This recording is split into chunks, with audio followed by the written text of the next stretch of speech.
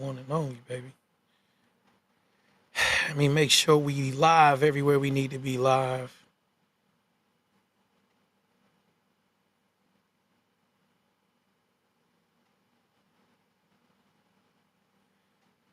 Look like we good. Let me check the volume, video, everything like that. Oh, connection good. My internet is live and direct. Was acting a little shaky. That's why I'm going a little late.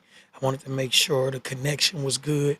It's nothing worse than doing one of these things and then looking up and realizing that the volume wasn't where it's supposed to be, or you do something like this and realize that the internet connection was trash, so you don't end up with the best quality product. I don't do this to say that I did it. I do this because I feel like it's needed, and I try not to go live on here until it's something that I'm passionate about. And this is something that I'm very passionate about. And today was the day I felt like this live was needed.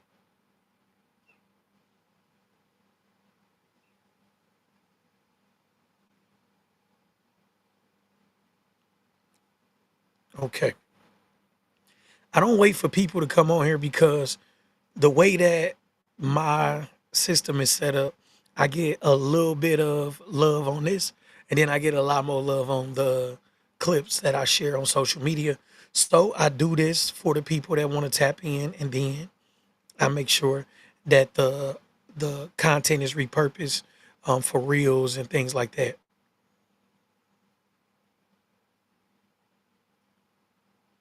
So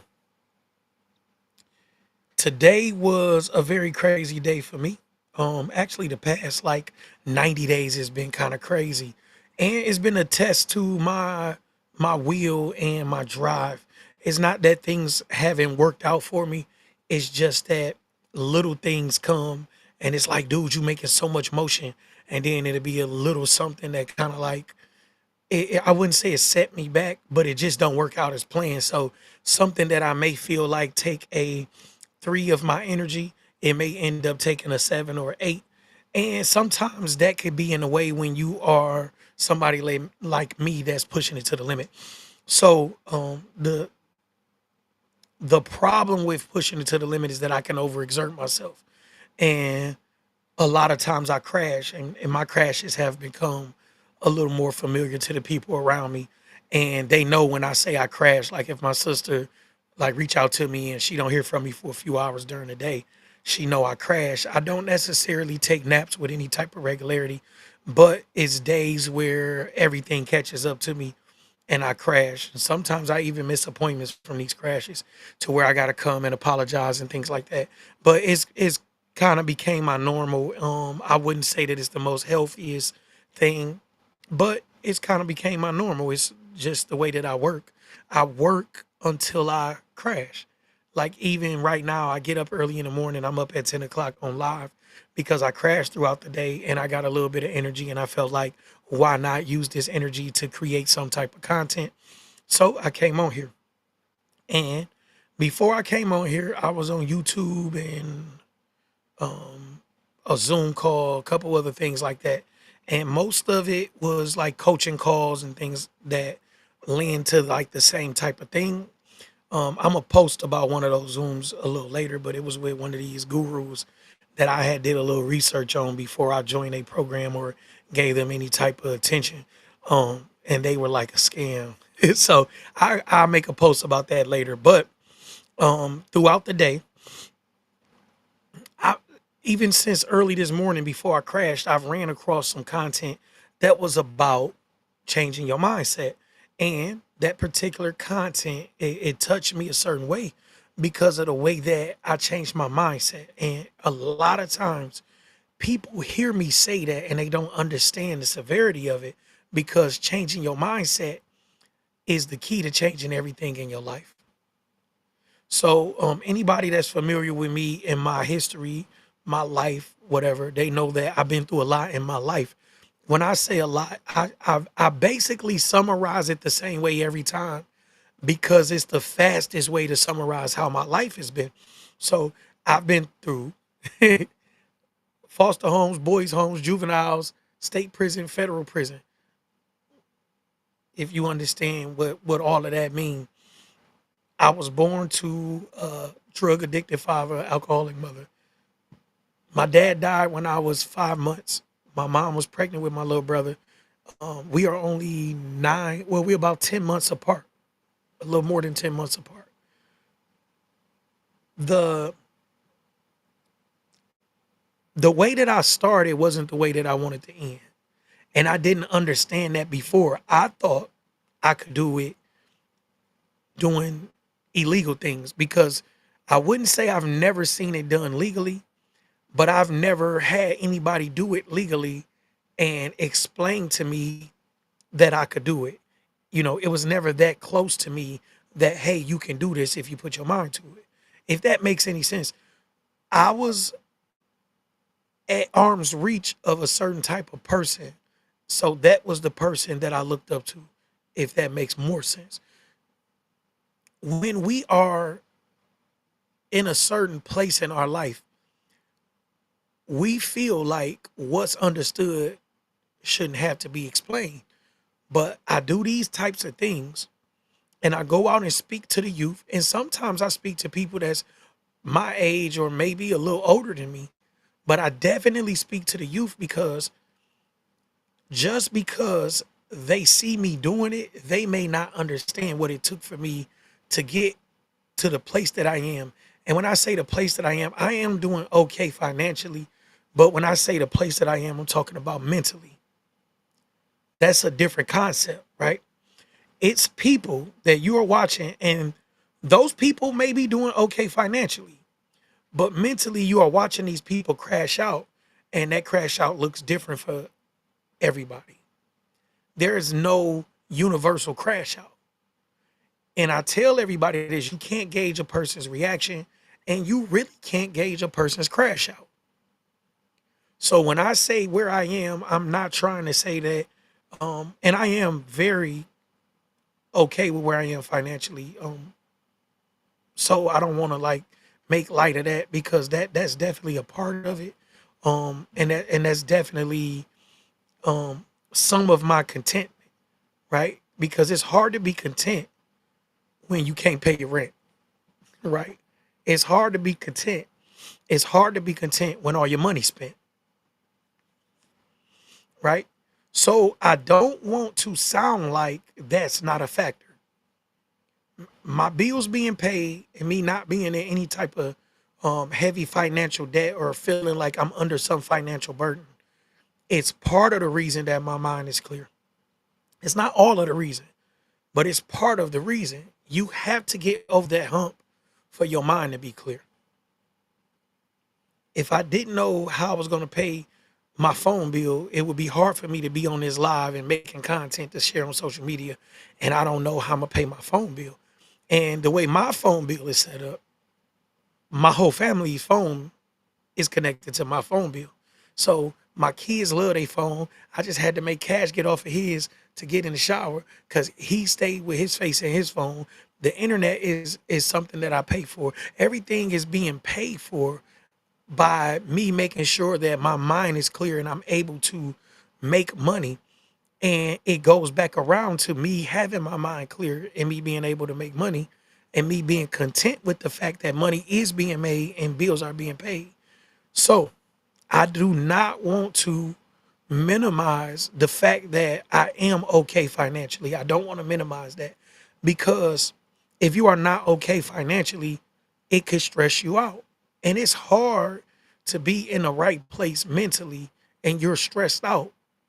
Stress is somewhat mental and it's somewhat emotional, which means it's a little bit out of your control. You can be stressed out and you can be strong mentally and not understand why you're under so much pressure and not understand why you're so stressed out. So I want to elaborate on what I mean by how I got to where I am mentally. The people that have watched me grow understand what I say where I am because I get complimented so much on my growth. And sometimes the people that watch me on social media don't understand what that means. It's not because people are watching me grow a business. People watch me grow a record label and do this same thing with music.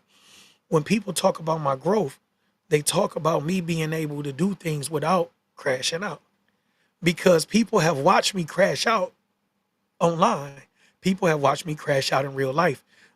It's certain people that watch me do music and do videos and do things like that. They've watched me crash out, and they only know me technically professionally, but I was a professional crash out. Everything bothered me. I responded to everything, and I was petty. And my pettiness was very entertaining, but it was very counterproductive, and it may have ran some people off.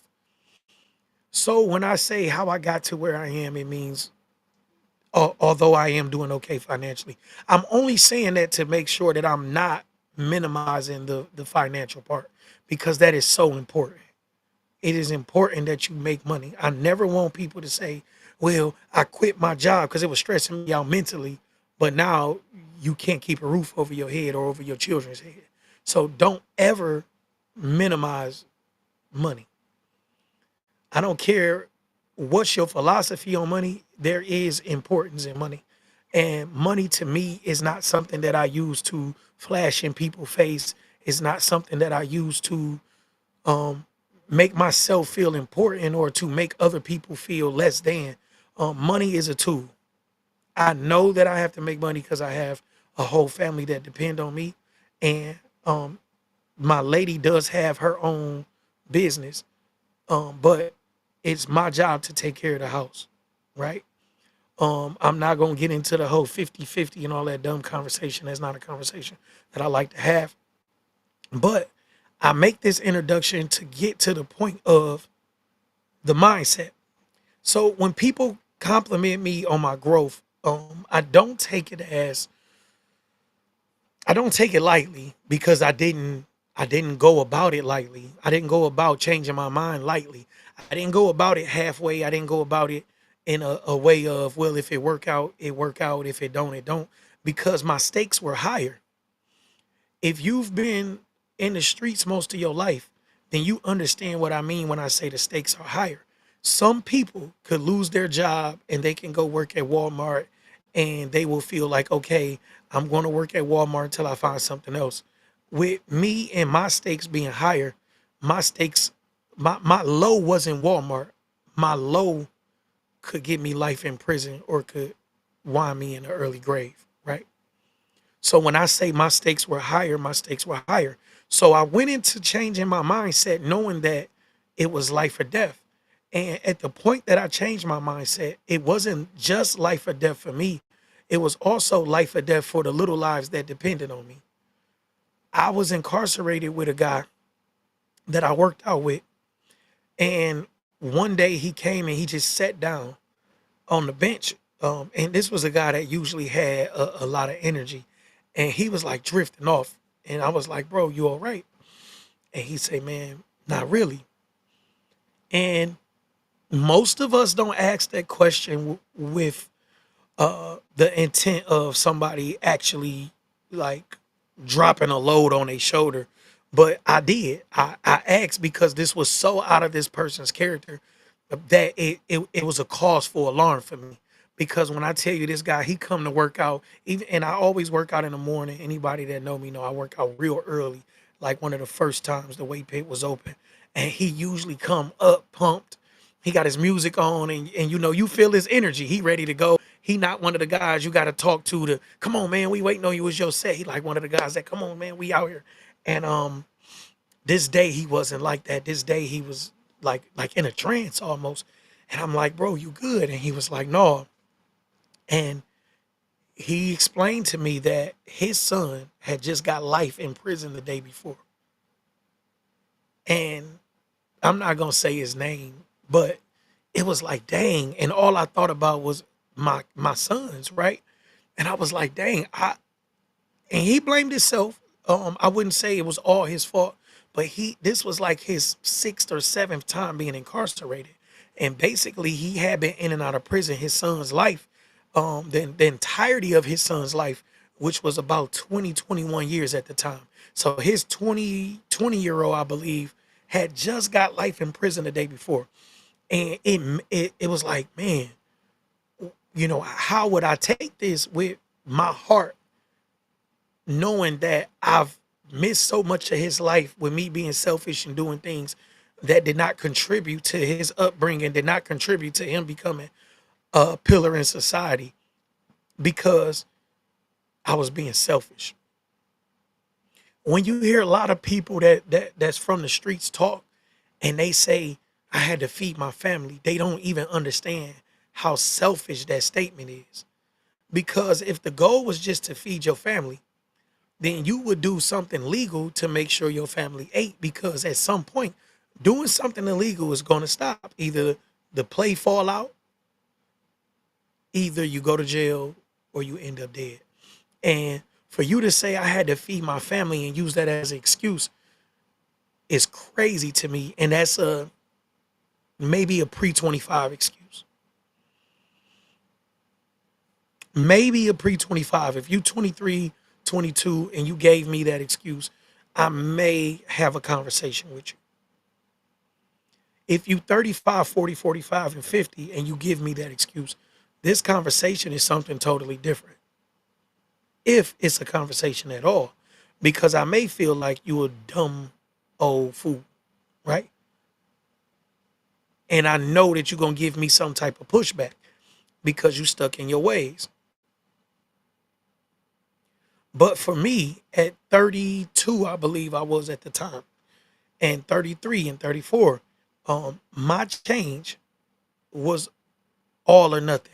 It was not something that I could go into halfway. I have went into some other things halfway, figured it out, and then got comfortable and then went all in. And I've went into some other things halfway and figured that it just wasn't for me. And I got on about my business. But with me changing my mindset, with me changing the way I go about things, with me changing how I handle me in my life and my priorities, it was not something that I could compromise on. So when I went back, because I had did a state bid, I went back and I did this Fed time. People will tell you I still hustled a little bit. I still played a little ball here and there. I worked out regularly. But for the most part, I stayed in my books because this was not something that I could lose at. Me changing my life was something that I had to do because it was important that if anything were to happen to my children and they were to get in trouble or they were to find themselves not quite what I would want them to be, I did not want that to be any fault of mine.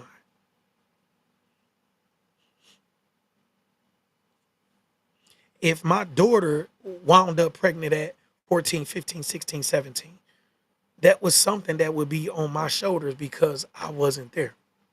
If my sons wound up in the streets and in jail or worse at 17, 18, 19, 20, 21, I had to be honest with myself and say that would be something that I just couldn't handle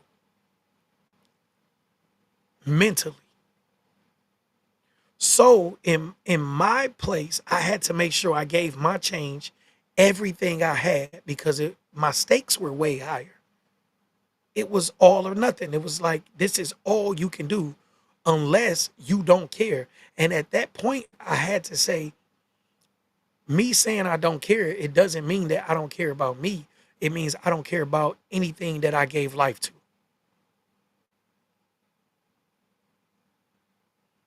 Anything with my last name, anything that call me dad, anything that depends on me. So when I hear people say, I had to feed my family, I don't know where they heard it from, and I don't care. I know that you are in a certain mindset that a conversation with me probably won't change. But once you change that mindset and you come back and speak to me, then we can talk about the next steps because it's a journey. It is not I changed my life, I'm good. Every day I wake up and I know that I'm doing the right thing, But there's been times where my phone may ring and it's other stuff that could take me away from what I'm doing. Those were the times I had to be strong.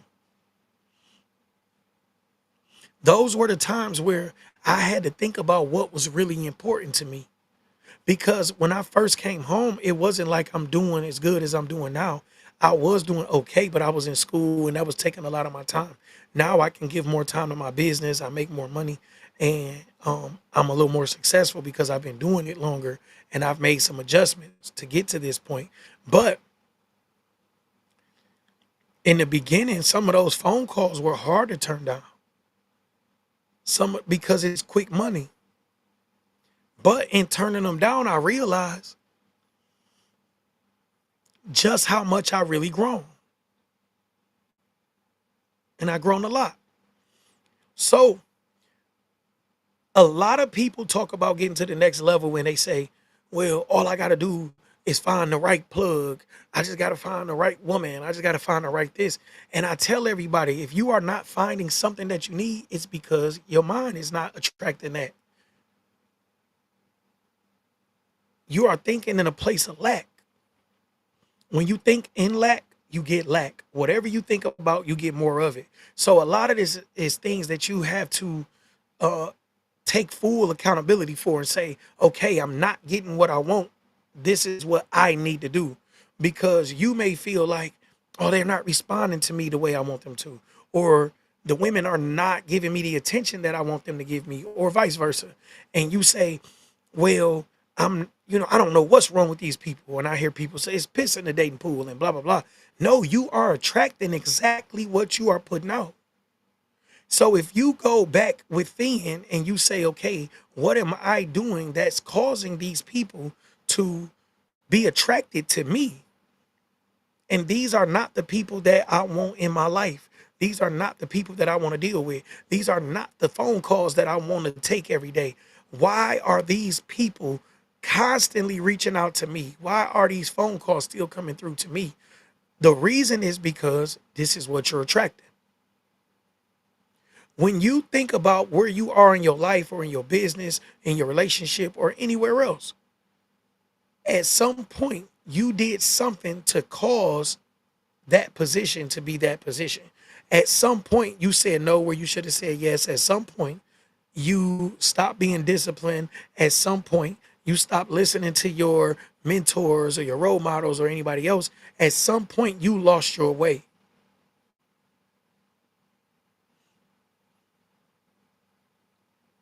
I hear people say, well, this is all I know. Well, this is that. And this is, listen, if you spend your entire day talking to people that only talk to you about lack, they only talk to you about what they don't have, what they can't do, what they wish they could do. They only gossip with you. They only talk to you about everybody else's business.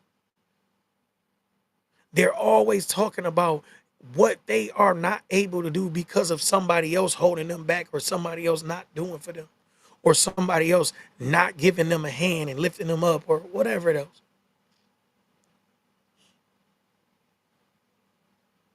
If you are still taking those phone calls, if you are still extending invitations to people who are not moving in the same direction you're moving in, and then you wonder what's holding you back, you can do all of the best in your own actions as you can do.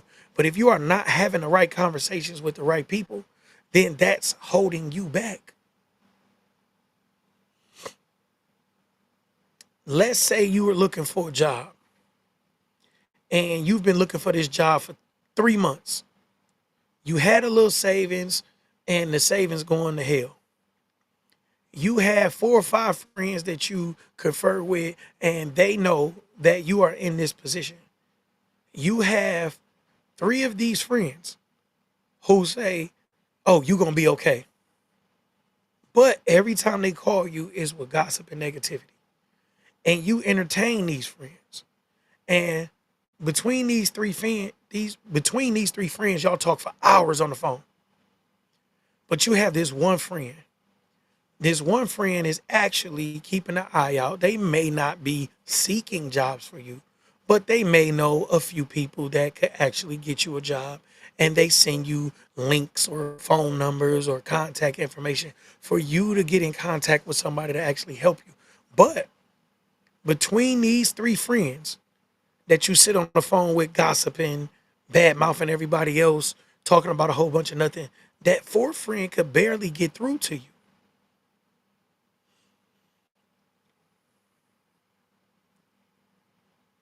Y'all see where I'm going.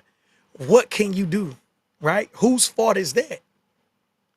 Whose fault is it that that friend that actually is in the position and willing to help you? Because I want to make that clear. You may have friends in certain positions, but they may not be willing to help you. And those are not your friends. Unless you are a person that has proven to be high risk, if your friends are in positions and they are not willing to help you, they are not your friends.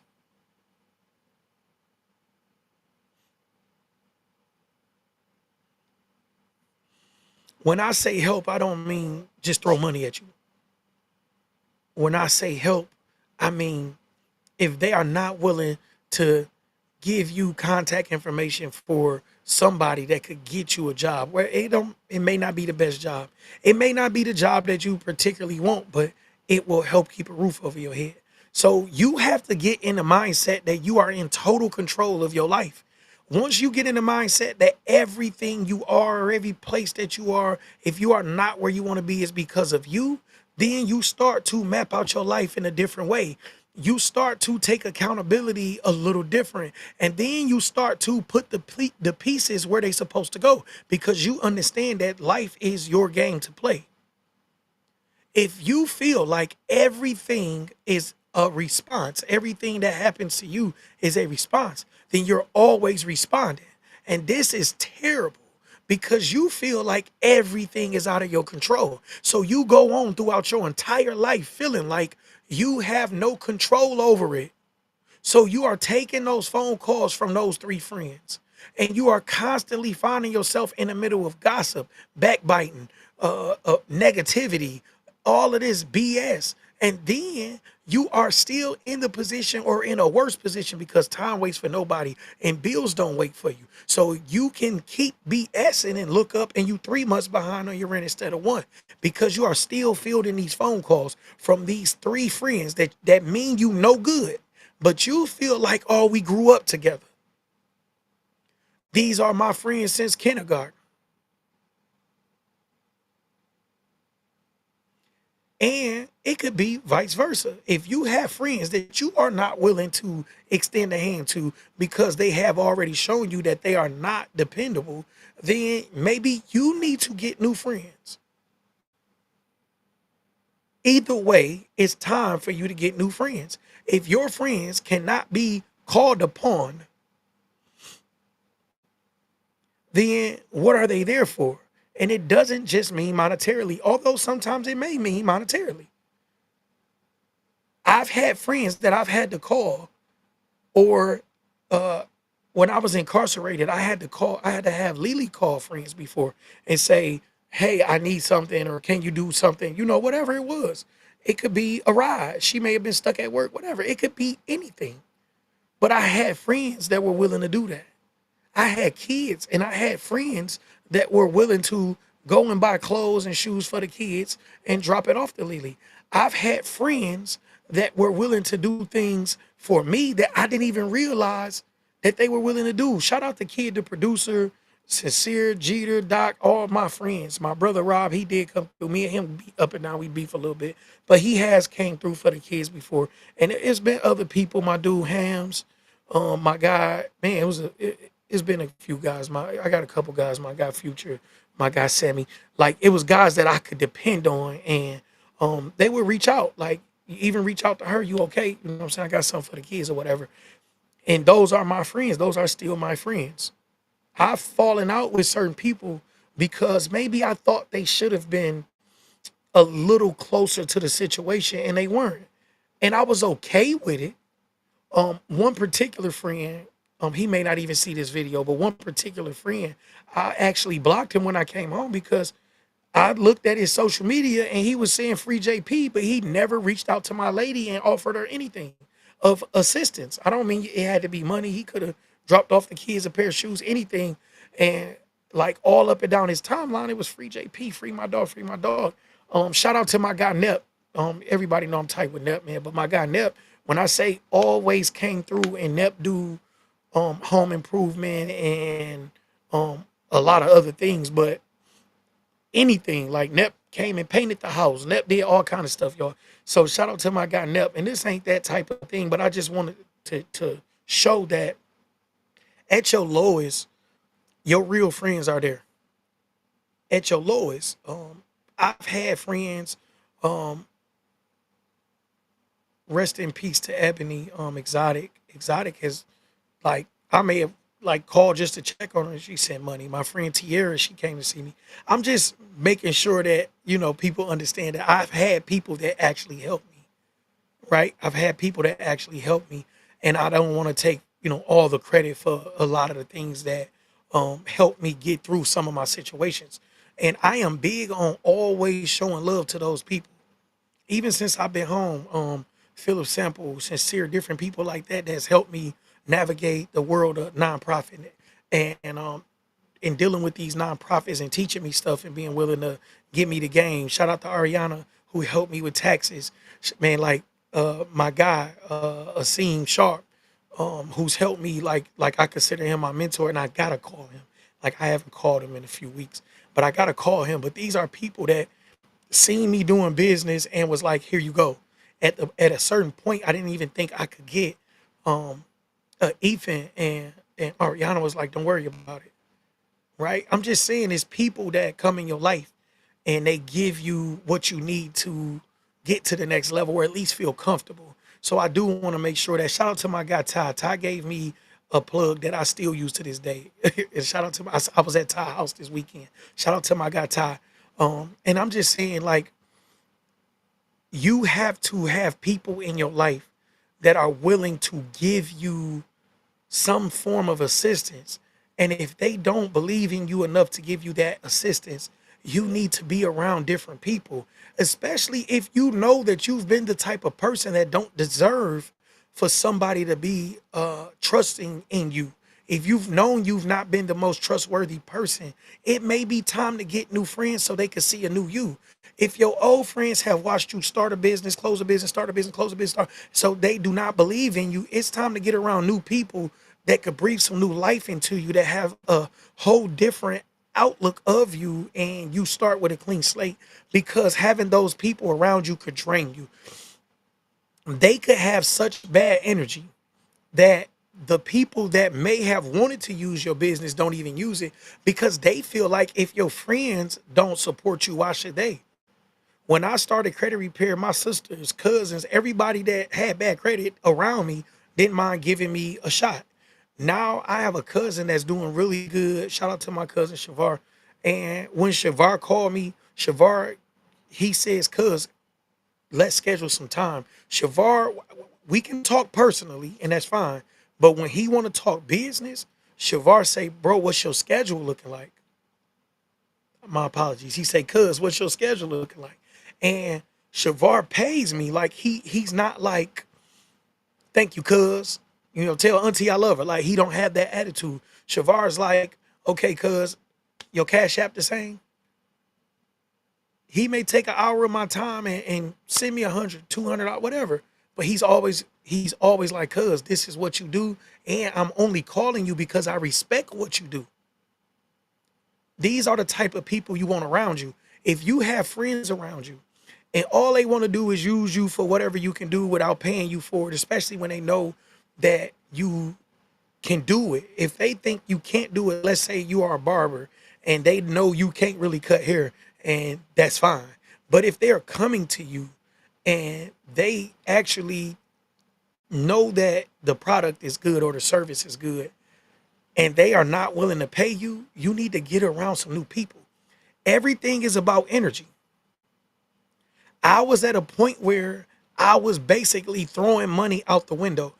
I got texts, phone calls. It was people reaching out to me on social media. "Hey, bro, I need some money. hey bro, can you do this for me? Bro, I just need this. And what kind of unsettled me was one of the guys I went to high school with that I wouldn't consider like a really close friend. We're okay. And I can say that we're just okay. He reached out to me and he asked me for money a couple times, and I did it a couple times. And I had said something to Jeter like, "Dang man, dog," and Jeter was like, "Well, what make him so comfortable, enough to ask you for money?" And I had to think about it. What was I doing that made him so comfortable to ask me for money? And this is somebody I haven't really seen since high school. This was not like a close friend. And it was because the energy, he like, bro, gonna do this. And people think that because I'm in this space mentally that they could just ask and I'm gonna be like, yeah, bro, you got it. Yeah, bro. And it was getting to the point that this was becoming so routine. And it was not just for him, it was like for other people that it was, hey, can you do this? Can you do that? And I was feeling like I got it. Why not? You know what I'm saying? It's not gonna take away from my bills or anything. Even though I have 4 kids that I'm responsible for. I still was thinking like, well, I got it. Like, God bless me. And that's how a lot of us get mentally. Well, God bless me and God bless me. Let me explain something to you. If you continue to take care of beggars, you attract more beggars because that's how the universe works. It's just how the universe works. The universe does not work that you take care of beggars and then things open up for you. That's not how the universe works. I'm sorry. Now, if you donate to a cause and that's something that's, dear to your heart, if you lost a kid to drunk driving and you start a foundation for that, that's something else. But I'm saying for people to be beggars and for a lot of these people to have certain habits that they are not willing to get under control. And let's say they drink liquor all day and then they come and ask you and you like, here go $20. And tomorrow they ask you and you, here go $20. And the next day and you hear, you are creating a monster and you are attracting an energy that's a disgusting, nasty energy, and it's not something that you're going to sustain. Even if you got $1,020 to give away, it's going to bother you that somebody is always asking you for something. People don't want to admit to that because it make them feel like a bad person. But if you are waking up and you are doing whatever you're doing, even if you're investing or whatever, you are not doing that to take care of the world. If you Bill Gates or Melinda Gates and all them, you may get to a certain point where you like, look, I got it. I want to, I want to give back. That's fine. But while you are still building, you don't want to have to stop and drag anybody to the level that you on. While you are building, you want to build with people that's going in the same direction as you. You want to build with people that are doing the same things as you. You want to build with people that have the same mindset that you have. Because while you're building, anything less than that is slowing you down. And you may feel like you're making progress. You may feel like, look, I was here and now look at it. And that's fine. But what happens when you realize that you could have been way further along had you not looked back and try? You're not going to drag these people anywhere, but you look back and you try to drag these people or you try to persuade them to go in the same direction you're going in, and they never did it.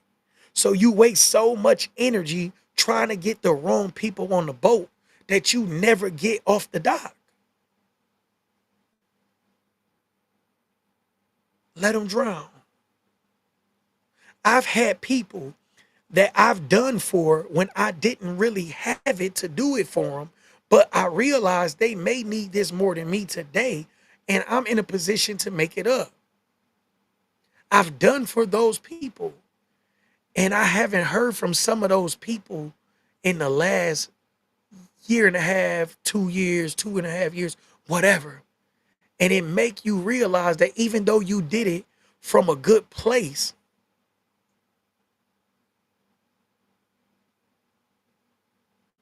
right? How somebody comment, I'm post this on here, but how to look down upon those that do choose Jesus. For example, they play A-OK. I don't know what this dude is. It's probably something on YouTube. They got all these bots and stuff. Podcast in the car of the Bible. But as soon as they get out the car, they forget about Jesus. Yeah, yeah. I don't know what none of that is, right? So what I'm saying is, right, while I don't give from a bad place, if I give you anything, it's from a good place because I can say no. If I say yes, I'm saying yes with good intentions. I'm also saying yes with the mindset that this may not come back, and I'm okay with that. If it's something that is being asked of me, and I know that that something can take away from something that I'm doing, especially paying my bills and taking care of my children, I don't do it. But if I do something for you, I am still taking from something else that could have been done, even though I feel like I can afford it. If that makes sense to anybody, I'm never going to give you my last. I'm never going to give you something that I'm expecting to have back before a bill is due or before something else is due, whatever. If I give, I'm not giving with the mindset that it could come back. Even if you told me, hey, let me borrow and I'll pay this back Friday. If I have a bill due Saturday, I'm just going to say no. No, I can't afford to do it. If I can't afford to do it, if I'm expecting that money to pay a bill, I'll rather not do it because I don't want whatever you got going on to cause me to lose out on whatever I have going on. So I'm not saying that whatever I said with these people, um, whatever I said with these people and how they played me, what I'm saying is I would never play people that have done for me unless they did something to me and had me change my mindset about them. Like if I've done if you've done something for me, I'm not indebted to you. But if you've done something for me and then you do something against me and I feel like the bad outweighs the good, I'm fine with releasing you from your friendly duties. You have to do that.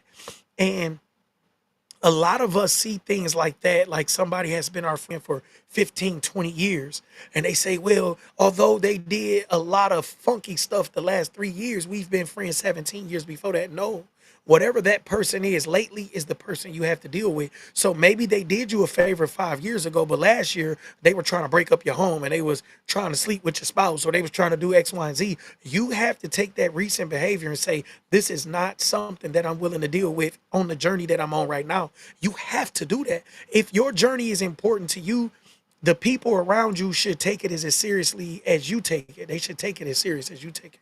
If they're not taking it as serious as you take it, then you need to get around new people. This is everything is on you. I speak all the time and I talk about accountability. If you are not holding the people around you accountable, it's probably because you're not holding yourself accountable. If you are a certain type of friend, then you should expect the friends that you have to be that same type of friend. If the people around you are not willing to do the things that you are willing to do for them, then you need to get around different people. I'm not going to tell you to change your personality. I'm going to tell you to change your crowd. If your personality is one of positivity, is one of motivation and different things like that, I'm not about to tell you you need to change and become a snob. I'm going to tell you to change the people that you are being nice to change the people that you're trying to motivate, to change the people that you are expecting to get certain energies from because they are not giving it to you and it's only going to drag you. Now, with that being said, I will go back to this comment. Okay, so Michael said he typed it wrong. Uh, thank you for reading my message. He said his roommate plays the Bible podcast in the car, but as soon as she hops out of the car, she forgets about Jesus. She So I don't know this person particularly, right? But I'm gonna tell you what's going on. This is a person that's probably fighting with themselves. This is a person that knows that the person that's outside of the car is not the person that they really want to be. So that's why when they get in the car, they playing Jesus.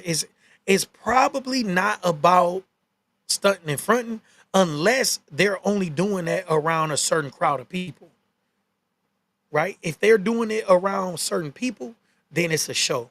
If they are doing this in private, then it's something that they're dealing with internally. And that's we all have different things that we deal with internally. But this particular person is dealing with this internally because they know that what I'm doing outside this car is not what I want to be. But I really need to get this together. So I need to go ahead and get this Jesus in my system. But when they get out, maybe a phone call, maybe this. So what people don't realize is this change is something that you're going to have to, when I say I take my change seriously, it's something that you're going to have to change everything, not just what you listen to, not just what you watch, not just what you read. You're going to have to change everything. And that goes to your next comment. So when you ask, how does this relate to being around family that you can't change? That's a cop out. Everything with me goes back to accountability. That's a cop out and one of the worst cop outs. If your family is not doing what they're supposed to do, you have no reason to have to deal with them. Who told you that? Who told you that? Look at any other type of species. People get around the people that do what they're supposed to do, right? Animals get around animals that do what they're into. Just think about it. Animals get with other animals that are into the things that they're into.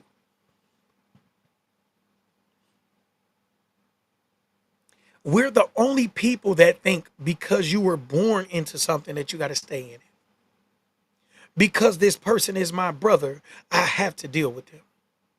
No, you should not feel obligated to help them. Why should you feel obligated to help them? Why should you feel obligated to help anybody that doesn't help themselves? Now, if they are genuinely trying, if they are going at something, let's say you got a cousin or a brother or a sister that's waking up every day, going to work and just trying their hardest. They catching the bus to work. They there. They got great attendance. They are great workers. They just need a little help. And you say, man, I got this car in my yard that I'm not really using. All it needs is a battery. I'm going to get a battery and give my cousin this car because my cousin is busting his or her behind to get to the next level. And I have something that could assist them. If that's the case, then you do that, and you do that without any type of making them feel obligated to you or owing you anything. That's what I'm saying. I give with a clear heart, but that does not mean I don't take account into you treating me bad when I've done nothing to you, or if I've said no to you once or twice. If I can't tell you no, then I need to let you go. Because at the end of the day, I should be able to say no for whatever it is, unless it's something that's yours, unless I owe you. If I owe you something, then no, I can't tell you no. But if I don't owe you anything, I'm not obligated to you for anything. I'm not obligated to you for anything.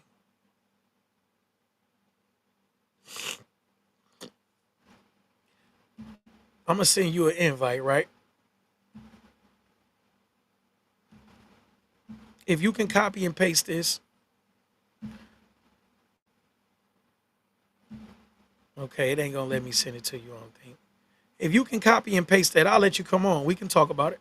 I don't feel like what I'm telling you is law. Like, you know what I'm saying? This is my law. This is how I live my life.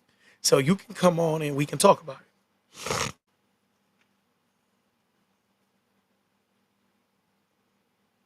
If you copy and paste that, it'll ask you to like type in your name and all of that, and you can come on and we can discuss it.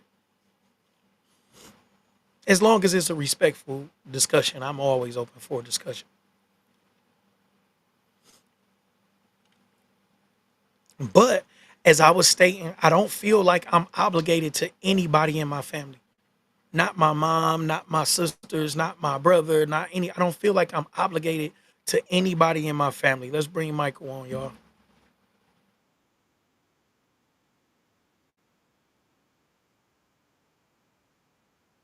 Okay, I just want to make sure that we can hear you. I don't know if the people can hear you. Okay. I think they can hear you now. They should. Yeah, you should be in the scene. So what Yeah. you say Thank now? you for having me.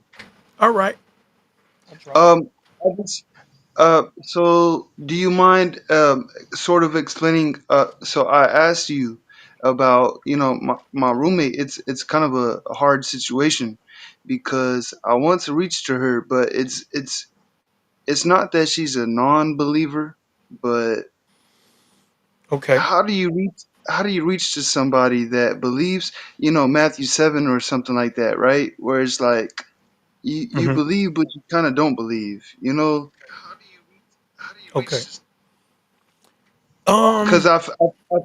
I'm sorry, I'm just gonna extrapolate real quick. I just feel Yeah. like, I have a job to do, right? I'm sure you feel the same way. So there's an obligation, and I almost feel like I'm failing it, and that makes me feel bad. I Yeah. don't know. Okay. So what do you feel like is your calling? Right. What do you feel like you're failing at? All right. So, I feel like I'm feeling that.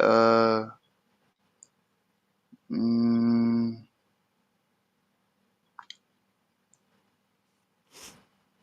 I feel like I'm feeling that.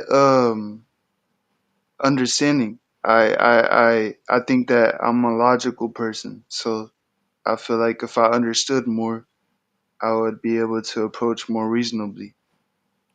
Okay. So what do you feel? Do you feel like that's your purpose though? I'm only asking because the only thing that you obligated to do is fulfill your purpose. So do you feel like converting this person is your purpose? Um, I think it kind of has to be because this person is actually my mother that I don't have a good relationship with. So you feel like it's your purpose to convert your mother to religion, or just in general to make her a better person? I'm just trying to get some clarity. No, it's because I don't have a father, and like so uh my mother's kind of all I have, but I grew up my whole life like without having it. So like religion in general, so and her neither. And nobody was there to kind of preach it. You got to have somebody to preach it to you. And Definitely. s- and so I'm trying to do that for her because I'm about to leave. I'm about to go, and it feels like an obligation. So that's something you need to deal with. Yeah, it's definitely independent. Yeah. But I think it's larger than that. Yeah. But what I'm saying is back to accountability, right? Okay, The okay. reason that I'm always saying accountability is because you can't change your mother. So All at right, that yeah, and at that that's the man. It's been eating me up, dog. It's been eating me up. yeah, so Cause, you have to 'cause like I go. said, she'll play the podcast in the car. She'll play the Mhm. pod, and then on the way to work, right?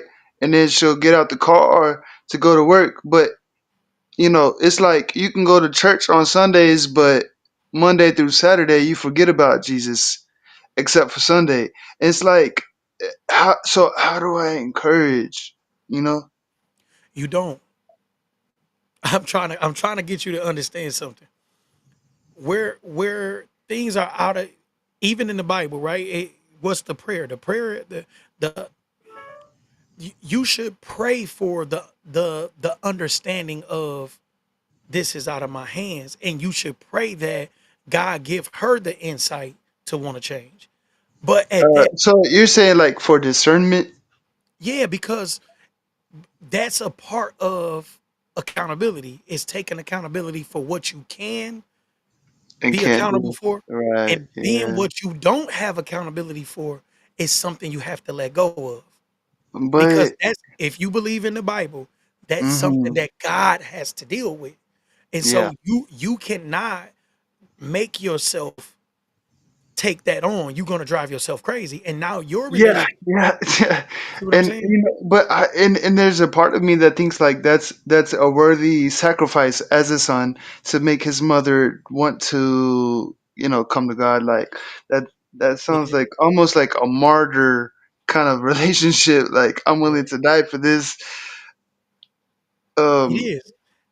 It is. But what a lot of people do, and I don't necessarily know if anybody is familiar with what I'm doing. I do not know you, right? So we yes, we sir. don't we don't have a Yes, sir. personal relationship. Yes, sir. So I can only speak in general, and in general, nothing is 100%.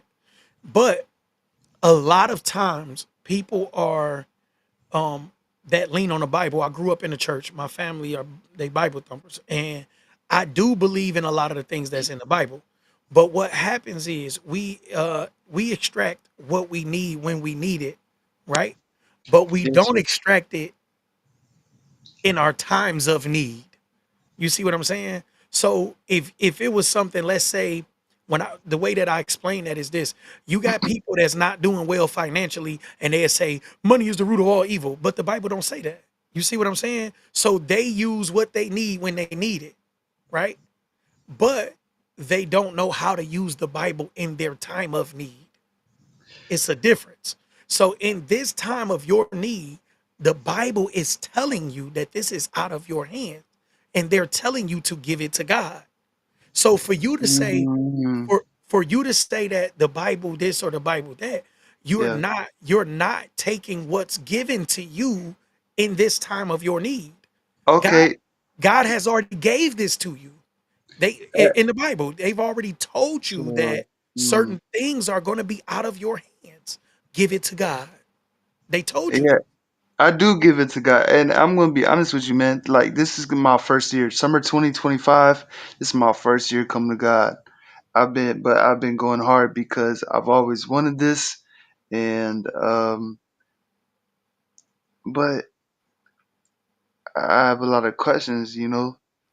And that's So where you don't lean on your own understanding. yes, sir. Right? And I've been learning. I've been learning that. Trust me, it's been a a very rude awakening, as they say. But but I've been doing better, and I really have like in terms of humility, man. It's been like a really like you think it's gonna be rough, and it's really not.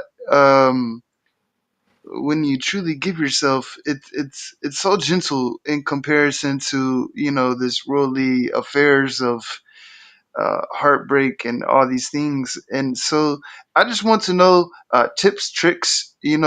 I gave myself about 3 months ago, Mhm. and and and you said that you've been with the Lord for many years. I just want to know like tips and tricks, that you can do. I've been reading my Bible. I've been uh praying, and I've been doing studies. Is there anything that you can let somebody know that it kind of feels like my hopes and dreams are bigger than myself, and that's a good thing to have, but um I almost feel inundated at many times, sort of like I'm being swallowed like Jonah. Don't put so much pressure on yourself.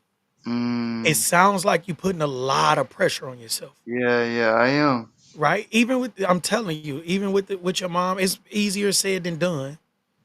But this is something that being with God should not be heavy, right? Being in religion should not be heavy.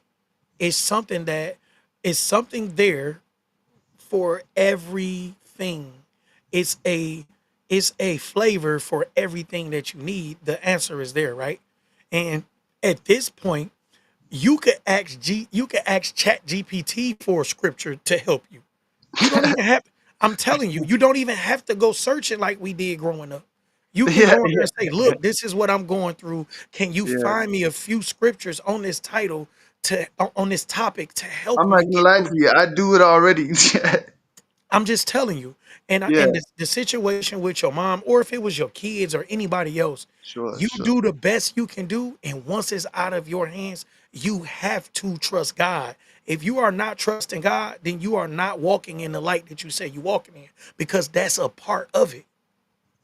If Faith you without works. Yeah. That's it. If you feel like you still have to touch everything for it to make sense, or you have to worry about it, if you see a Christian that's worried after they have putting in the work, right? After they're putting in the work that they're supposed to do, if I see a Christian that's worried, then I don't think that they're the best Christian for me to be taken example of. Because the Christians that I grew up with, they smiled even when it was hard, because they felt like God can work this out. That's what faith is. Faith is the belief that God is going to make it work. So if you feel like you have to put so much manual input into something, then it shows that you have a lack of faith. But I wouldn't it be kind of a disagreement? Like, oh, I have a bunch of faith. No, Cause I'm see, brother. I'm new to this, so I'm thinking like, you I'm know how telling like you go for a run for the first time, you think I push, I could run further, further, further. And so I'm wrong, is what you're saying? you, dead wrong. So if you can smile through adversity, right? If you and I were going through the same thing, let's say you and I were in the belly of the beast, right? Let's say you and I Right. were in the belly of the beast together, Yeah. and I was in the belly of the beast. I was chilling. I'm trying to tell you, I was chilling. I'm chilling. Okay. I'm down Yeah. there. I'm chilling. My feet kicked up. You over there sweating, Yeah. crying, and you Yeah. looking at me and you saying, "Man, what are you doing?" And I'm sitting over there. I say, "Man, God got us." That's Mm, what that's what real faith is. how were you? Yeah, man. Were you like me? Like, I just feel like because I don't have nobody that's like I try to tell people, but I don't really have nobody. Did, where, how did you come to this understanding? Like, did you was it a pastor or? Um, Growth. So I've always been a very optimistic person, Mm, right? yeah, I've never been a very pessimistic person. And I went through so much growing up that I felt like if I can get through one thing, I know I'm gonna be all right, because I've watched it happen. I've watched me go through something and God get me out of it. Like I've watched it. Like I've been there. You see what I'm saying? I've been in situations that seemed like I wasn't gonna come out of, and God pulled me out of it. I see what you're saying, but brother, you have to understand that like I was one of those people from the opposite direction. I've been suicidal. I've been like I've been at the gun store looking for like what's the cheapest option. But I've that's been the like, problem. I'm but telling no, you. it's not Not nowadays. that, yeah. Nowadays, it's not the problem because it's beautiful because I got self harm scars on my arms, Yeah. and it's a cool thing because it's like people that go through that, I can show them that like, hey man, I truly know what it's like. When I Like But I who can brought show you you. out of that? What'd you say? I'm sorry. I asked who brought you out of that. Uh, you know, honest. It's not a very Christian response. This is what I'm Yeah, trying to get you it's to yeah, understand. yeah, and that's It ain't that. going is no other way around it. Yeah, That's what yeah, I'm trying to yeah. is no even if your mom walked in the room when you had a gun in your mouth, God Right. sent her in there. Right, yeah, You see what I'm and, saying? yeah, I do, and do you want to know the answer, man? I'll tell you right now, man. Honestly, I genuinely like nowadays. Now that I'm giving myself to Christ, I genuinely believe that people need understanding. There's a lot of people, man, in the world that just they're lost, man, and I was one, one of many, one of millions. And a lot of people just need somebody to say, "Hey, I understand what you're going through," Most and definitely. I can do that, and not just that, but I can show you what it's like. And And I think that, Christ, when, he came down, he didn't have to do this, but he chose to go to the prostitutes. He chose to go to the suicidal people. He chose to go to the drug addicts. I think that a lot of churches, they kind of push back on that kind of stuff. Yeah, but the church is not necessarily God. So people confuse religion with spirituality, and even to claim, I don't even claim Christian, to be honest. Yeah, same, brother. Yeah, yeah, So people confuse that, and it can get confusing. But I'm gonna just be 1,000% honest with you. I don't believe every single thing that's in the Bible, right? yeah, Um, but yeah. but what I do believe is that overall, my higher power.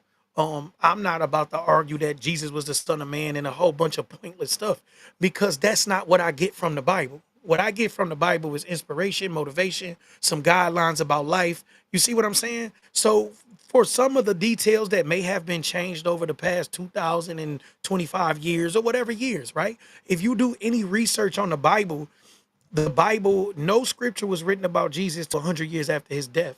So, for whatever it's worth, the Bible could be somebody's great grand scheme, and they could be Shakespeare's writing or whoever. It could be some great playwright, whatever. It could be a great script that was written. The Bible could be whatever they want it to be, but that doesn't take away from the message. You see what I'm saying? And Yeah, I do. I for me, definitely do. Yeah, for yeah. me, and it doesn't take away from my relationship with God and how I I think. feel about God, right? It can give you guidelines, but for you to, and that's how I feel about people. So I've watched pastors get caught Mm. up. We have a pastor here that's caught up in a scandal in the last 2 or 3 days. I'm from Detroit. We have a listen, one of the big pastors here just got caught up in a scandal, and some girl was saying he was messing with her when she was a Ah, minor shit. and all this stuff. I'm just being honest. What I'm trying to It's say is it that does nothing for my relationship with God, right? got right. Of See course, what I'm of course, saying? of course. Because Yeah. my faith is not in man. So Nah, of course, of for course. that Yeah. man to be caught up in a scandal, it does nothing for me. It It's does nothing. actually a blessing when you think about it. I ain't gonna say it's a blessing. I'm just Well, saying it's a that blessing for people. If wrong is called wrong, that's a blessing because most people will that's that. follow that. Most people will follow that. You know what it's like for Yeah. wrong pastors. And I'm gonna tell you what was crazy. They still gonna follow it. Yep. Yes, sir. Yep. So I mean, it's and, gonna be and what not it's just gonna that, be. it's gonna get worse as well. It's So, gonna be what it's gonna be. So that's why people gotta man, understand that a pastor or a church and all that, it's just a conduit. man. So how do you? So you go to church on Sundays? No, I ain't been to church. Well, I'm lying. I've been to church recently. So I don't go to church regularly. That's what I'm saying. My Oh relationship. wow, I grew up wow. in it. Hey I grew man. yeah, yeah. I grew up in the church, but I don't go to church regularly. I go to church when I'm invited. I got a couple friends. One of my best friends is a pastor. So I do go to church, but I don't go to a church regularly. Why? So I want to know why you don't. It's you choose not to, yeah. Yeah, it's like I'm explaining to you, right? So I've seen it where it's a bunch of BS. I've seen it where, church people gossip and talk bad and do different things, and that doesn't bother me. I'm just being honest with you. That doesn't bother me. Sure. Whatever But, people do is people. That has nothing to do mm, with my relationship with God and how I feel about God or Jesus or but how do you? But, and with all due respect, of course, sir, because I deeply thank you for this conversation. But what do you? How do you feel about the communion? Right, like you're supposed to, uh, eat the bread of oh Christ. man, I'm not listen, this is what I'm trying to tell you. Yeah. All of that is whatever you make it, man. It has no, I'm trying to explain to you, brother. Brother, Li- I'm gonna be Listen, honest with you, brother. That did not I was about that, listen, man. All of the stuff like that, because you got churches that don't believe in that. So no, but it's just I could. all what So, you make it. so can you? Do you mind if I tell you what I do? Yeah, that's fine. So in my church, it's really just about like they pick a part from the Bible, and like we preach it, whatever, and then we split the bread of Christ, and everybody communes. and they take part, and it's the bread and the blood, and of course the bread and the wine, and they take part in that. And it's just like, of course it's metaphorical, right? It's not like you're literally taking part, but you kind of are, because everybody is in communion, everybody's doing the same thing, they're all in agreement that I love my God, I am here, I don't have to be here, I choose to be here, and I don't have to eat this, but I choose to, Hmm. and I don't have to drink this, but I do, and Hmm. it's a simple dip, so I just want to know. It almost sounds like you're against it. Is No, that true, brother? no, not And not I'm at all. coming. I'm, Mm-mm, nope, I'm not against it at all. If okay, you, okay. I'm no, coming with complete. yeah, I'm not judging you at all, brother. you can't judge me. If you like it, I love it. That's what Yeah. I'm trying to get you to understand. Nah, I Yeah, get I'm you. I trying. get you. I Yeah, get well, you. yeah, I whatever. already. It's. I already know. I You already see what know. I'm saying? If Yeah, you I like do it, know I what you're love it. saying, Yeah. If that makes you feel closer to God, I'm no, all for it. I will but. come to your church and break bread with you and drink the Mm, juice. I'm telling you how I feel. If that make yeah, you feel better, I'm good with it. Whatever makes you feel complete and whole, and I'm telling you, I'm all for it. but there, But you agree. I would just say, brother, you agree. There's a distance between earth and heaven. it could be. No, there's a distance between Earth and heaven. It Statistical fact. it could be. Who's to say? No, No, no. Who's to say heaven is a real place? you don't think heaven No, is a real place no, right no, now? no, no, no. Listen to what I'm saying. I didn't say that it was or wasn't. I said who's to say. This is what I'm telling you. Whatever the belief is that gives you the faith John 14. is fine with me. John 14, brother. Yeah. Yeah, they describe it. It's so listen, the Bible is so metaphorical, right? So you see Man, what I'm saying? Even yeah, to say that I somebody hear walked you. on water, even to say that, I'm just saying, who's to say? It could be a metaphor. Heaven could be a metaphor. Heaven could be a place of peace where hell could be a place of torment and just in general, You uh can say that about anything, though. I you, mean, you see well, what I'm saying? no, Heaven could be, it no, could sir. be. I'm not To be, saying it is. I ain't been there. I sir, never died. I never to be, died. no, to be honest, brother. I will be very honest with you. I don't see what you're saying. That's fine. No, I'm, no, I know that's fine, but obviously that's fine. I'm just saying, yeah. like, but would you mind having a discussion about that? It could be. So let's talk about heaven, right? Yeah, Let's talk let's talk about the about. Yes, sir. let's Yes, sir. talk about the distinction, Yeah. right? Let's talk Okay. about the distinction Because between I'm curious, like, why I just wonder why you say it like that. yeah, because it's a distinction between heaven and hell. When they Yes, talk sir. about heaven and how beautiful heaven is and the streets are paved with gold and this and that, and they talk about hell where oh my God, it's fire all day. What what is more torment than being burned all day? Yeah, I mean, of course, but So that doesn't really prove your point. I just no, want no, to no, know no, no. what you. Nothing can prove my point because it's you don't know. That's my point. It's no point to prove. Uh, It's literally no point to prove because you don't know. But why waste time trying to figure it out when the point is just to be at peace? what? I'm not sure what you're getting at, but I can talk about what I'm getting at. I mean, literally, the new heaven becomes the new earth because it becomes conjoined. Yeah. Because So because of what? well, he takes the heaven, which of course is spiritual, right? And earth, which is of course physical, and he combines and he makes them both to glorified bodies, so which is of course physical, and then he makes everything remembrance of the mind, right? Everything will be renewed uh, of the mind. So one becomes two. Did I say that right, or does that make sense? It makes sense, but what I'm asking you is, do it really make sense? Does walk Absolutely. does walking on water make sense? Let's just go with certain things like that. Does walking on water make sense? Have you seen somebody physically walk on water? This is this is kind of like. It's taking out of context, it's brother. not. I'm just asking. I'm not taking it out of. There's only one person that can do that. I mean, so of course I've never seen nobody that do that. Who told you they could do it? John. Now, do your research. These people were not around when Jesus were around. So I'm nobody witnessed. You're telling me I'm nobody telling witnessed. you. I'm telling you I've done the research. So I, you're telling me, brother, you're telling me nobody witnessed Jesus walk on water? nobody nobody that wrote about Jesus were alive when Jesus was alive. Is what I'm telling you. Wait, nobody was alive when Jesus was alive? What are you No, talking no, no, no, about? no. I said nobody whose writings are in the Bible was alive when Jesus was alive.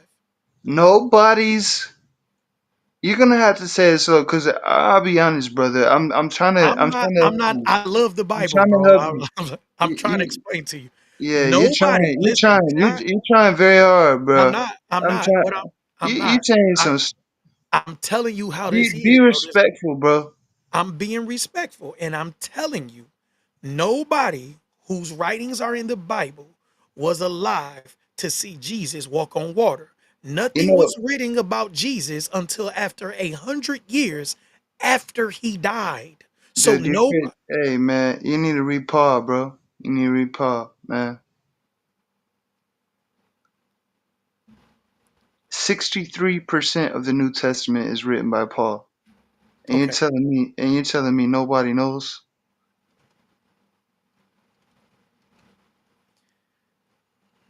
We can have a honest discussion, brother. It's not about me being right. It's not about you being wrong. It's not about that, brother. But you're wrong, man. It's okay, cause I'm often wrong too. I'm not wrong though. So you're disagreeing with me in what I just said? No, I'm Cause not disagreeing. brother, I'm saying, man, with all due respect, sir, cause I've been loving this conversation. You've been helping me, man. Okay, But yes, so look, sir. Yep. just look it up. I'm telling you that these people, listen, just look it up. What Matthew is thought to be the earliest writing of Jesus, and it was at least 50 to 60 years after his death that Matthew was. I already know that, brother. What are you trying to say? I'm telling you that these people didn't see him walk on water. The people that's writing it, Yeah, but they saw him resurrected after 3 days, right?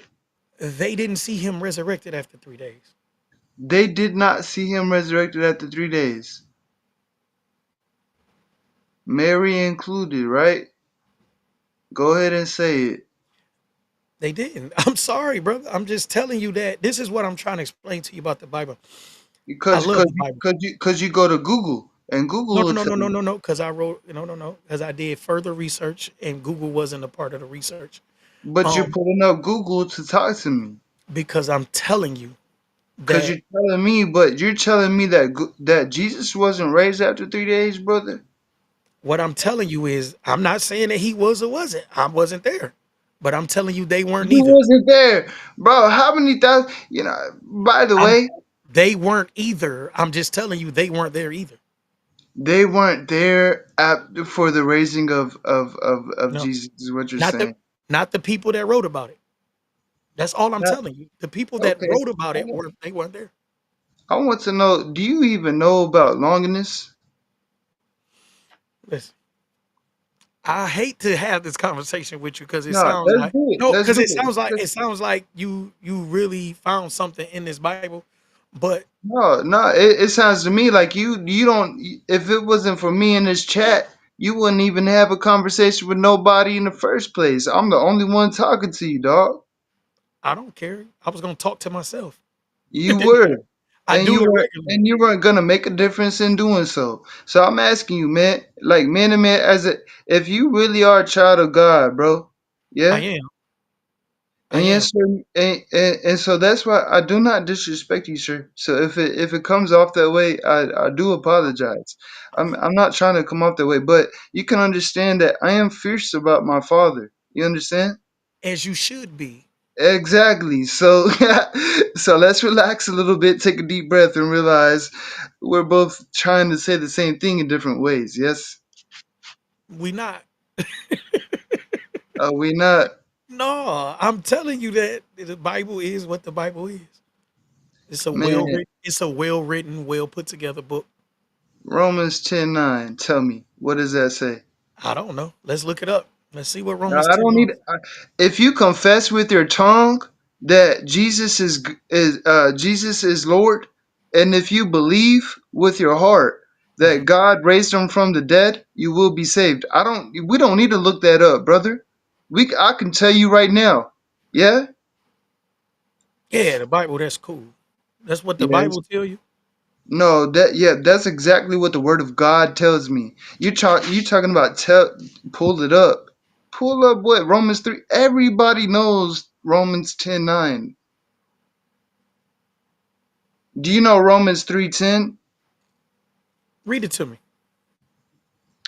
All have sinned and fall short of the glory of God. Amen.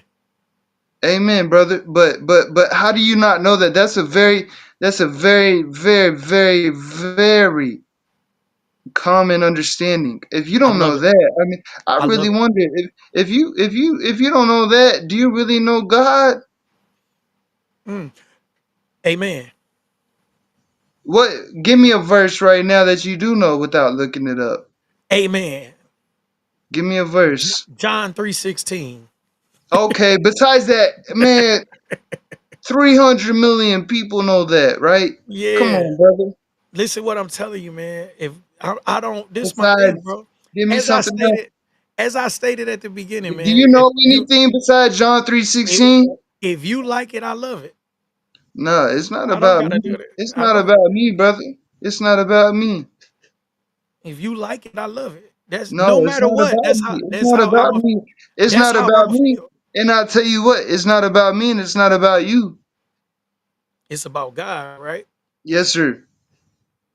So this all I'm asking you. So if it's about God, then the Bible is the only way to get to God, correct? Relationship. I'm just asking. If that's the You only way know, to get yeah, to yeah. God. I mean, Bible is the way, the like physical way, but overall, it's faith without works. It's of course like relationship. Yes, sir. Okay.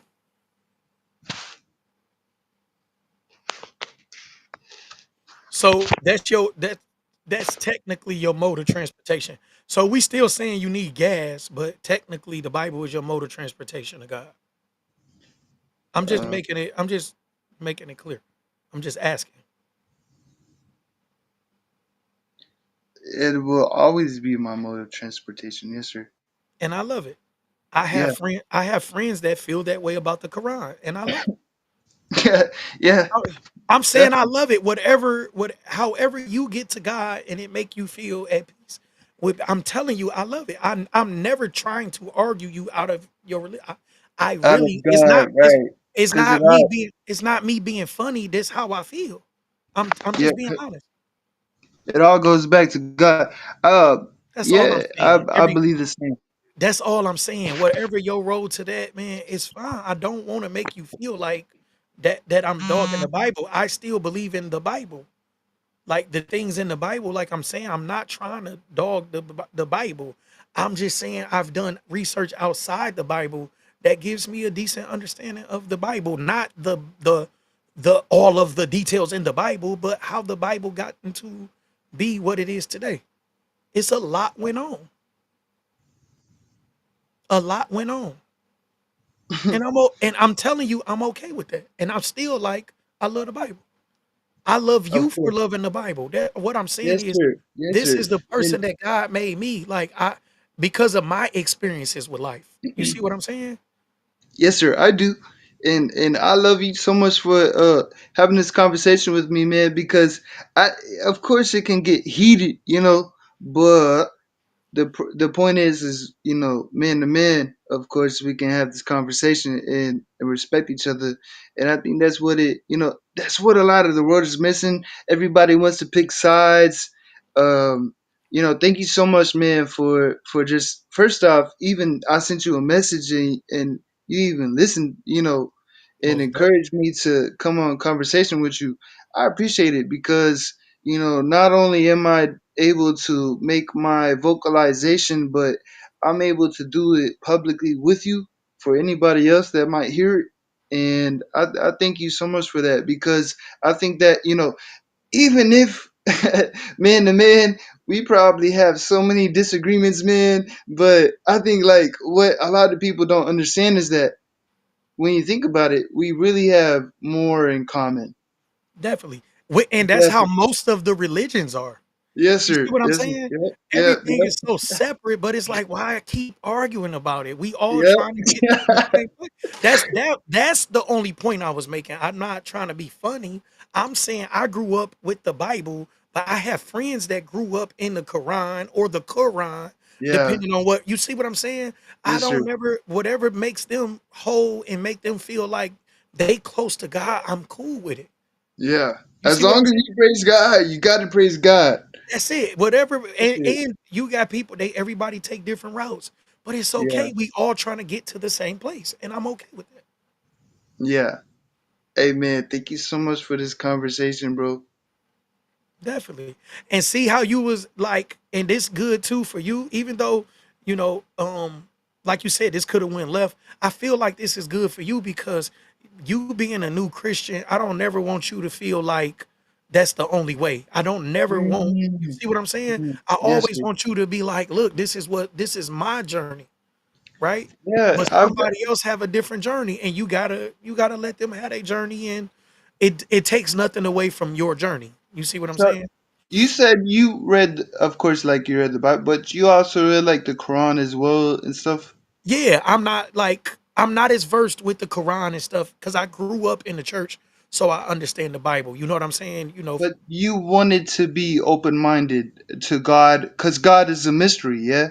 God is So, a mystery, and you don't ever want to hear one side of anybody's yes, sir. story, but So, it can confuse you, right? Because yeah, you don't so want to you go have over to there. have like, you have to have the ability to think critically for yourself. That's it.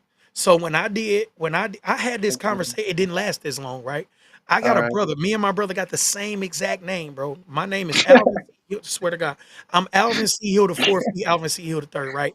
And All my right. brother, when I started doing the research on the Bible, I just basically asked my brother. I said, "Well, have you done any research on the Bible?" Well, the Bible said he just constantly the Bible said me, and I said, "But have you done research on the Bible, like how the book was, you know, written and gotten to us, right? Just do Mm, that's yeah. what." And you will say, "Okay, this is this, right?" And I still, even though I'm not like, "Oh my God, Jesus, Jesus, Jesus," I still consider myself a Christian if asked what religion I am. You see, it's Mm, weird because that's what I'm yeah. raised at. And It when is I good. my Yeah. Bible is my religious text, right? Yes, sir. You see what I'm saying? But I Yes, sir. understand that this went through a lot of transformations to get here. Yeah. You see what I'm saying? Yes, I sir. just understand that. So I'm not like everything in there is, the truth, the critical that I don't feel like because it's been tampered with. You see what I'm saying? Obligated, I think. So Yeah. so so I do believe that this is a great set of guidelines. And if I'm asked about religious texts, if I walked in somewhere and they said, what do you want, for your religious text, I'm gonna say I need a Bible. Right. You see what I'm saying? I'm not Yeah, trying to be funny about it. It's just that's the way I that got you. yeah, and I in my relationship with God, if you anybody around me, they all when people ask me how you doing, I say I'm super blessed. God really, you Of know what I'm course, saying? of course. Thank you, God God, did this for the for me. good. Thank you, God, for the bad. I'm one of those people every day in and day out, man. One day somebody asked me and I said something. I said, "Man, this guy getting on my nerve." He said, "That's not like you, man. You usually say God this." I'm telling you how I am, bro. Yeah, So you yeah, see what I'm saying? yeah, And that, yeah. but all of that made me this. You see what I'm saying? Right. Yes, Me sir. me doing the back history, me doing everything, it made me this. It made me Yeah, this calm. It made me this. You see what I'm saying? you're at. Everybody journey is different Yeah, because yeah, and that's and oh yeah, man, for sure. certain I've been things left me confused. That's why I yeah, did the research. You see what I'm saying? yes, And sir. I do. yeah, Yeah, certain I things do. that make you like, well, if this, then why this? If this, then I do the research and say, okay, now it's clear that certain things were not put in the Bible. Certain things, like it's even if you look at some of that, I'm telling you, it's certain things that they took out of the Bible because it didn't fit the context or the story that they wanted to tell. Yeah, You see what I'm it's saying? kind yes, sir. Yeah, it's kind of like a individualized agenda for a lot of people, but But um it's okay. I'm trying to I always want to go back there, right, Michael? It's okay. Long as you understand that, then it shouldn't take away from what's giving you the faith. You see what I'm saying? It yeah, shouldn't take that's all I'm saying. Once you take it as what it is, like when we talk, let's go back to heaven and hell. I'm the only thing that I said, I didn't say that heaven or hell didn't exist. What I'm asking you is how do we know that is so the book is so conceptual, right? yeah, yeah, How do we not know that it wasn't written in a context of right? Let's say with you going through the depression you spoke of, that's hell, right? That's hell to yeah, feel like yeah, yeah. that. So right with me Worse being than hell. that's what I'm trying to explain to you. How do we not know that them saying if you don't take God as your, Jesus as your savior, that the hell is this? But It's just conceptualized as this fire. yeah, How don't we? I'm just saying how I'm not saying it is. I'm saying with it being so, you know what I'm saying? With the Bible being written so well and it being so metaphorical in places, right? How don't we know that? well, there's always gonna be mysteries, but I think, as far as all I can really speak of is for me, man.